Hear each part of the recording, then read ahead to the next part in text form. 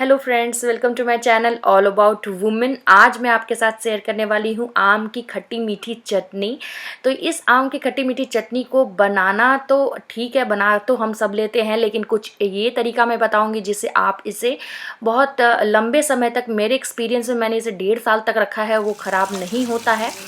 तो मतलब 1.5 साल तक तो मैं गारंटी कह सकती हूँ, 2 साल तक आप रख सकते हो इसको।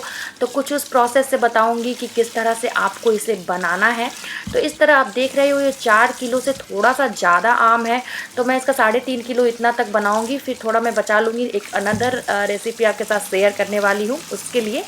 तो बस मैं इसे अच्छी तरह से यहाँ पे साफ़ कर लूँगी, और कुछ भी गंदा नहीं होना चाहिए, मतलब अच्छे से आपको इसको साफ़ कर लेना है। और उसके बाद थोड़ी देर के लिए इसे छोड़ देना, मतलब 1 घंटे के लिए जितना भी एक्सेस वाटर है अपने आप ही जो निकल जाए, इतना देर ही बस को आप उसको मतलब छोड़ दोगे। फिर आपने क्या करना है नेक्स्ट स्टेप में फ्रेंड्स, कुछ इस तरह से आप देख रहे हो, नॉर्मल जो छीलन होती है जिससे हम छीलते हैं सब्जियां, उससे ही मत बस मैंने इसको इस तरह से पिल आउट कर लिया, सारे को मतलब छील लिया था। और इसी तरह बस आपको छील लेना। आप देख रहे हो कि अभी ये आम जो है ऊपर ऊपर से सूखा हुआ है। फिर मैंने क्या किया नेक्स्ट स्टेप में, मैं आपको दिखा रही हूँ कि यहाँ पे एक कॉटन के टॉवेल पे मैंने इस आम को, जितने भी आम छीले थे ना, उसको बस यहाँ पे डाल दिया है। और 3 घंटे से 4 घंटे आपको इस तरह से ही छोड़ देने हैं। फ़ैन नहीं चलाना है आपको, क्योंकि मौसम ऑलमोस्ट ठीक ठाक गर्मी सा होता है। तो वो खुद ही, मतलब जितना एक्सेस वाटर है इसके अंदर, वो टॉवल पे इस तरह से 4 घंटे के लिए आपको छोड़ देना है, ताकि इसमें की जो नमी है, जो बाहर का जो नमी है, वो पूरी तरह से ड्राई आउट हो जाए, मतलब कोई भी पानी नहीं चाहिए हमें। ठीक है। अब देखो, मैं यहाँ पे बता रही हूँ कि आपने घसना तो है, लेकिन सबसे पहले इस तरह से ना आम को आप क्या करोगे कि इसका अंदर का जो गुठली कहते हैं हम इसे, तो उसको निकाल लेंगे। या तो आप घिसने के टाइम पे से चारों तरफ से घुमा घुमा के घसो, और फिर जब गुठली आए तो उसको निकाल दो। क्योंकि गुठली डालने से क्या होता है ना फ्रेंड्स, कि कभी कभी ये थोड़ा सा टेस्ट में अंतर आ जाता है गुठली घिस देने से। तो इस तरह से मैं बाहर ही कर देती हूँ उसको, हाफ कट करके। और मैंने प्रोसेसर का यूज़ किया है इसको मतलब घसने के लिए।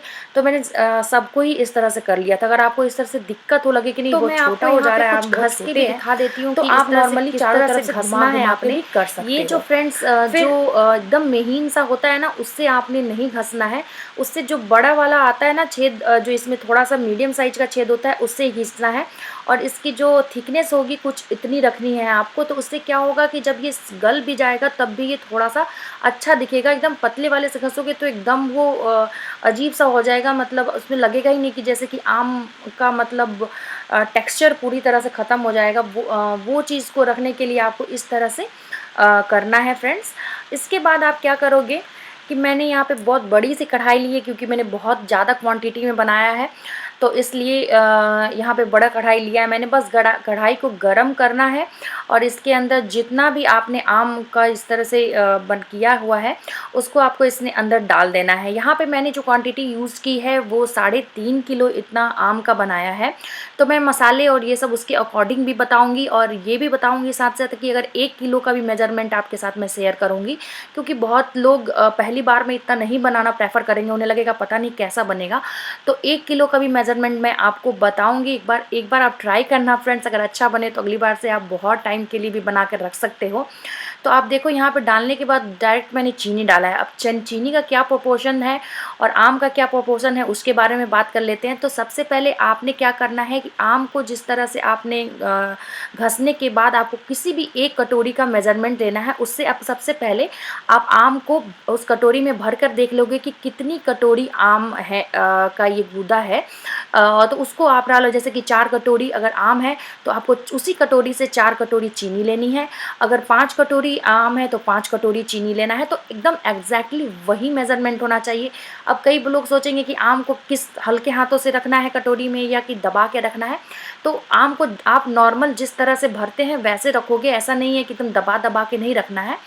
तो बस मतलब कटोरी भर लगे कि हाँ भर गई है, उसी तरह से चीनी को भी डाल के कटोरी का दबा के चीनी को, मतलब ढक ढक ढक ढक करके कैसे करते हैं हम कि चीनी को भर रहे हैं तो बोतल को हिला हिला के, वैसे नहीं करना है।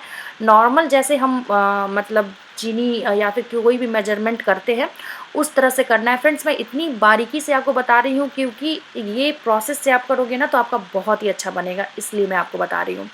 क्योंकि अब देखो मैंने एक बार में चीनी भी नहीं डाला, पहले आधा डाला, फिर पूरी तरह से उसको मिलाया, फिर जितना चीनी बचा हुआ था उतना डाला। अब देखो मैंने 3.5 किलो बनाया है, तो मैंने 3.5 किलो ही इसमें शुगर यूज़ किया है। तो आपको फ्रेंड्स इस तरह से मिलाते रहना है, और आपको फ्लेम जो है वो आप मीडियम फ्लेम रखोगे। आपको एकदम ध्यान देना है कि ये बिल्कुल भी चिपकनी नहीं चाहिए फ्रेंड्स।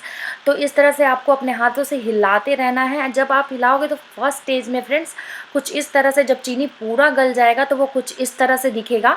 तो मतलब इतनी इस तरह से कंसिस्टेंसी होगी, एकदम देख रहे हो आप पानी के जैसा दिख रहा है, एकदम ये चीनी का पानी है। इसमें एक बूंद भी आपने पानी का यूज़ नहीं करना है, ये चीनी का ही पानी है जो आपको दिख रहा है। अब यहाँ पे जब तो इसके बाद इतना ज़्यादा गाढ़ा हो जाएगा, सॉरी चीनी का पानी जो है इतना ज़्यादा लगने लगेगा कि हाँ कुछ इस तरह से हो गया है, मतलब अभी भी पतला है ये, लेकिन कंसिस्टेंसी जब इस तरह की हो जाएगी फ्रेंड्स, उस टाइम पे आपको क्या करना है कि मसाले डालने हैं इसके अंदर। तो मसाले क्या डालने हैं मैं आपको बता देती हूँ। इसमें सबसे पहले आपने 3 चम्मच मैंने लिया है लाल मिर्च का पाउडर, और 3 चम्मच ही लिया है मैंने कश्मीरी लाल मिर्च का पाउडर। इसको आप थोड़ा सा कम कर सकते हो, ज़्यादा नहीं कम कर सकते हो, लेकिन 3 चम्मच मैंने इसमें डाला है।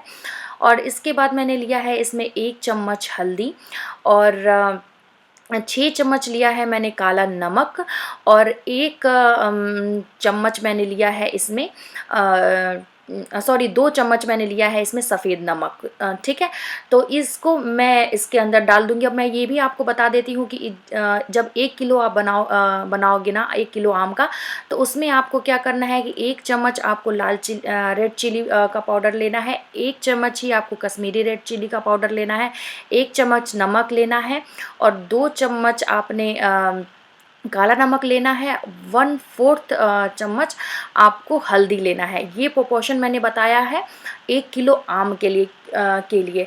ये मैं इतना ज़्यादा बना रही हूँ, आप भी चाहो तो इतना ज़्यादा बना सकते हो, क्योंकि ये काफ़ी लंबे समय तक रहता है। पर जो लोग थोड़े कम बना के ट्राई करना चाहते हैं कि हाँ अगर रहता है कि नहीं, तो उनके लिए बता रही हूँ। तो आप इस तरह से आप कर सकते हो, तो दोनों के लिए काफ़ी ज़्यादा नेक्स्ट स्टेप में क्या करना है, जब तक कि वो उधर बन रहा है तब तक हम इधर अगला काम कर लेते हैं। तो इसमें जो हमें मसाले डालने हैं वो कुछ इस तरह से डालना है कि 1.5 चम्मच मैंने यहाँ पे लिया है सौंफ, 1.5 चम्मच ही मैंने लिया है मेथी, और 1.5 चम्मच मैंने लिया है जीरा, और 1 चम्मच लिया है मैंने कलौंजी। तो इन सब को मैं अच्छे से रोस्ट कर लूँगी, उसके बाद इसका पाउडर बना लूँगी। मैं फ्रेंड्स ये भी बता देती हूँ कि बहुत से लोग ना यहाँ ये पचफोरन कहते हैं, जिसमें सरसों भी होता है। लेकिन जब भी एक बारी मैंने बनाया था, जब मैं इसमें सरसों डालती हूँ तो उसका टेस्ट जो है इतना अच्छा नहीं आता है जितना विदाउट सरसों आता है, वो थोड़ा सा कड़वापन भी आ जाता है। तो इसलिए मैं सरसों डालना प्रेफर नहीं करती हूँ। तो ये जैसे पचफोरन कहते हैं, ये 5 चीज़ें होती हैं जिसे मिलकर बनता है ये।